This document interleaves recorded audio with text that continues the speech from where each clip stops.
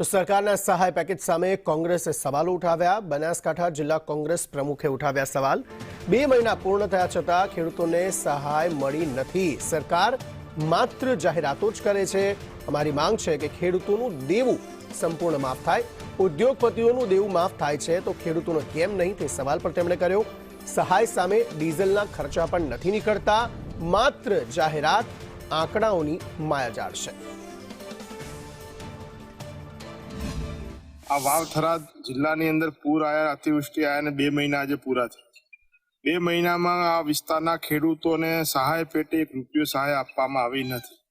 અમારી સ્પષ્ટ માંગણી છે કે આ વિસ્તારના ખેડૂતોને જે તમારું પાક ધિરાણ હોય એ માફ કરો। આ પેકેજને કદાચ નહીં આપો તો પણ ચાલશે, કેમ કે 22,000 રૂપિયા હેક્ટરે આપે છે। ડીઝલનું બેરલ પણ અત્યારે 24,000 રૂપિયાનું છે। એટલે માત્ર જાહેરાતો, ઐતિહાસિક પેકેજ આપશો, ઐતિહાસિક છે, આંકડાની માયાજાળ છે।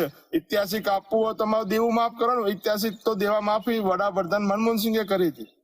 72,000 કરોડના ખેડૂતોના દેવા માફ કર્યા હતા। તમે ઉદ્યોગપતિના દેવા માફ કરી શકો છો, પણ ખેડૂતોના નહીં। આ દેશની જીડીપીમાં સૌથી મોટો ફાળો હતો દેશના